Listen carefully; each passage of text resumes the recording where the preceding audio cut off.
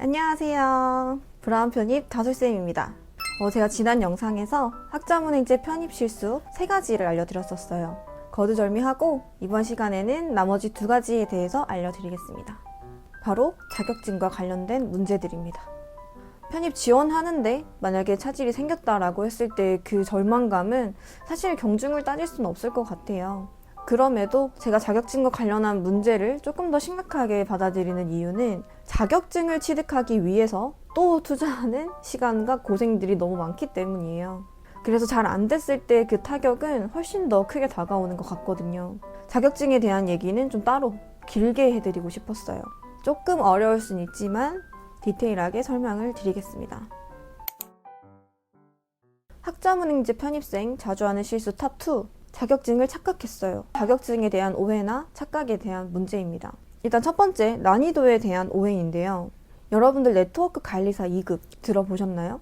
제 학생이 커말 1급, 네트워크 관리사 2급 이렇게 2개를 들고 있는 학생이 있었어요. 내관사 2급이 조금 더 쉽대요. 그리고 어떤 학생은 컴퓨터 전공이셨어요. 이게 자퇴는 했지만 그 학생도 내관사 2급을 취득을 했는데 쉽대요. 쉽게 취득을 했다고 하셨어요. 자, 그러면 이 자격증은 쉬운 자격증인가요? 컴퓨터에 관심도 없고 전공도 아닌 여학생이 취득한다면 어떨까요? 실제로 정말 고생을 했습니다. 이제 자격증이라는 게 전공으로 인정이 안 되면 일반 학점으로도 인정이 돼요. 그래서 그 학생은 전공이 아니었지만 플래너분이 추천을 해주셔서 이제 일반 자격증용으로 공부를 하셨던 거죠. 근데 저는 좀 회의적이긴 했어요. 필기 공부한 게 아까워서 이거를 꼭 하고 싶다라고 이제 하시더라고요. 결국엔 가을 돼서 포기를 했어요. 6개월을 날린 거예요. 이제 저한테도 많이 물어보시는 게 자격증 뭐가 쉬워요? 뭐가 할만해요? 근데 난이도라는 건 너무 상대적이에요. 그러니까 물론 학자문행제도 오래됐고 데이터라는 게 있기 때문에 학생분들이 비교적 큰 힘을 들이지 않고 취득하는 자격증은 정해져 있지만 그것도 당연히 확률의 문제인 거고 99명이 쉽다고 했어도 나한테 어려우면 어려운 자격증이 돼요. 그러니까 자격증을 추천을 받으시면 그걸 그냥 그대로 바로 그냥 책 사고 이렇게 하지 마시고 요즘 유튜브 되게 잘 돼 있어요. 유튜브에 무료 강의도 올라와 있고 정보 되게 많거든요. 그래서 검색해보셔서 뭐 교재 목차나 시험 내용이나 이런 것들 좀 미리 보신 다음에 아, 내가 할만하겠다. 이런 거를 미리 좀 파악하시고 하시는 걸 권유드립니다.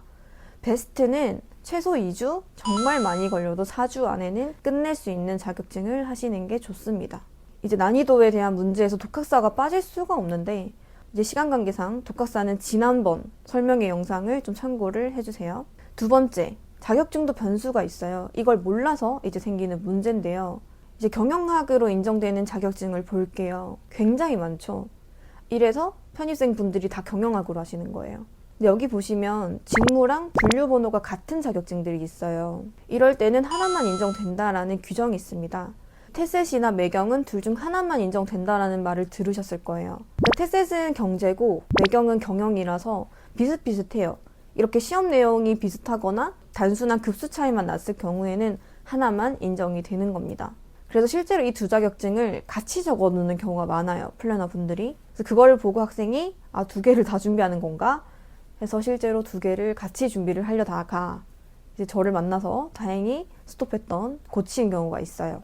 이 밖에도 자격증을 둘 다 쓸 수는 없는 경우가 CS 리더스 관리사, 그리고 SMAT 1급, 그리고 워드 1급과 커말 등이 있습니다.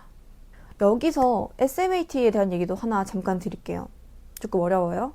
SMAT가 경영학 자격증이라서 좀 많이 활용하시는 자격증인데 A, B, C 모듈이 있어요. 이 중에서 C가 조금 어려워요. C만 좀 떨어졌다가 그래서 그 C 모듈만 다시 봐서 1급을 따는 경우들이 꽤 있어요. 만약에 내가 경영학 전공 학점이 6학점 정도만 부족한 거예요. 1급까지는 필요 없고 그냥 2급까지만 취득하겠다. 이런 경우 충분히 있을 수 있죠. 근데 여기서 주의할 점. 일반 편입을 준비하시는 분들은 경영 전문 학사를 따시고요. 학사 편입을 준비하시는 분들은 경영 학사를 땁니다. SMAT 1급은 경영 학사에서도 경영 전문 학사에서도 똑같이 경영학 10학점으로 인정이 돼요. SMAT 2급 같은 경우는 경영 전문 학사에서는 6학점으로 인정이 되지만 경영 학사에서는 전공으로 인정되질 않아요. 만약에 내가 전공 학점이 부족해서 SMAT를 딸 거야. 그럴 때는 절대적으로 1급을 따셔야 된다는 거죠. 실제로 이거는 무려 11월에, 올해 11월에 발견을 해서 급하게 시모들만 취득한 케이스입니다. 번외로 하나만 더 보여드리자면 요거는 건너뛰셔도 돼요. 산업안전기사라는 자격증이 있어요. 여기 빨간 글자 보이시나요? 이제 오래된 자격증들이 이런 변수가 많아요. 더 높이 인정될 때도 있고 이렇게 인정이 안 될 때도 있고, 다행히 편입생분들은 젊으시니까 뭐 이런 변수는 없는데 ITQ라고 있어요. 정보기술 자격시험이라고 해서 이거 어릴 때 취득하시는 경우들이 있어요. 혹시나 내가 가지고 있는 자격증이 유효한지 한번 ITQ 홈페이지에서 확인을 해보시길 바랍니다. 이게 일반 학점으로 A는 6학점, B는 4학점 인정이 됩니다. 자, 대망의 1위. 자격증을 못 땄어요. 자격증 미취득 혹은 늦은 취득입니다. 사실 자격증이 뭐 2개, 3개 말이 쉽지 어려워요. 어려운 게 맞고 편입생 말고는 자격증을 안 해요. 처음에나 이거 기간도 줄어들고 비용도 줄이고 너무 좋은데 평소에 하는 루틴이 있잖아요. 여기에 갑자기 막 경영학 공부. 심지어 또 시험은 일요일이야. 주말에 막 직장인들 보겠어요? 정말 쉽지 않기 때문에, 그걸 제가 알기 때문에 초반부터 제가 따라고 누누이 말씀을 드리는 거예요. 최대한 빨리 따라.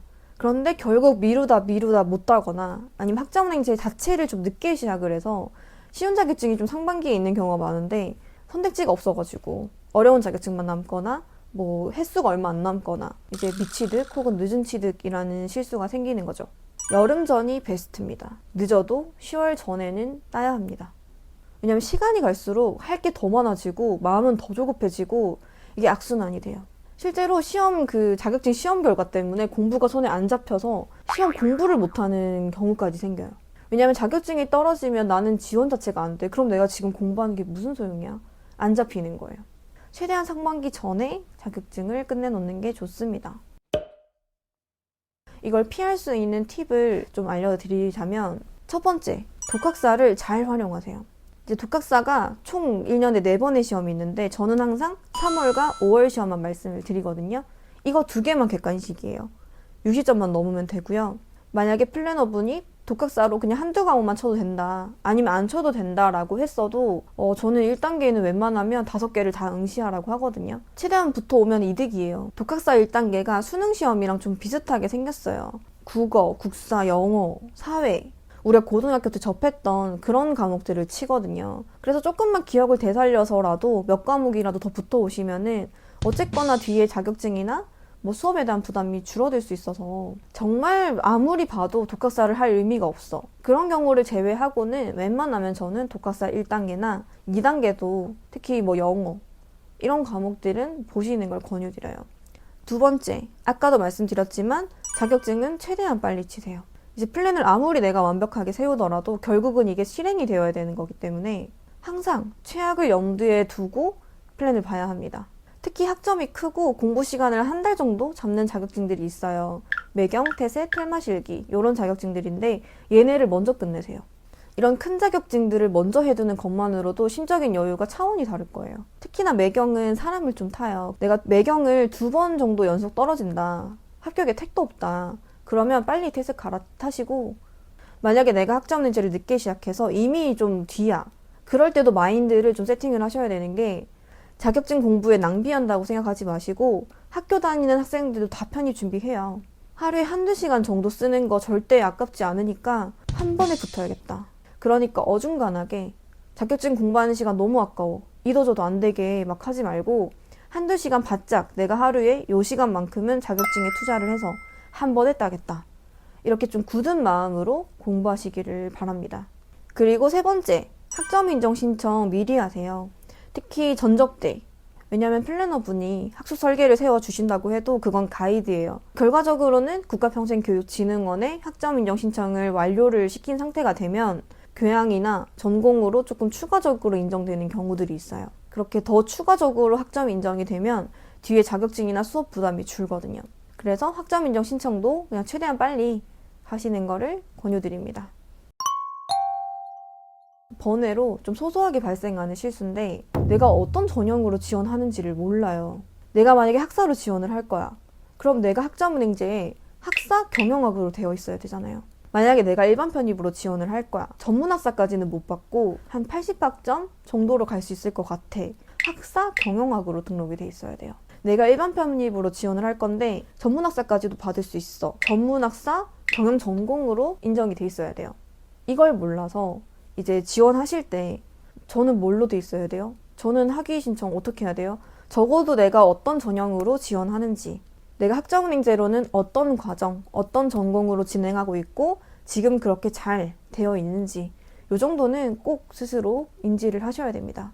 학점은행제 실수 탑5 다 알아봤습니다. 오늘 내용은 조금 어렵죠? 제발 이런 실수가 없길 바라는 마음에서 좀 길게 잔소리를 했으니까 메모해 두시거나 나중에라도 찾아오셔가지고 좀 꼼꼼하게 내용 확인하셨으면 좋겠습니다. 사실 모두가 다 평범하다고 생각하는 길은 정해져 있잖아요. 그럼에도 불구하고 나에게 맞는 지름길을 찾아서 효율적인 선택을 하셨다는 그 용기에 응원 드리고 싶습니다. 감사합니다.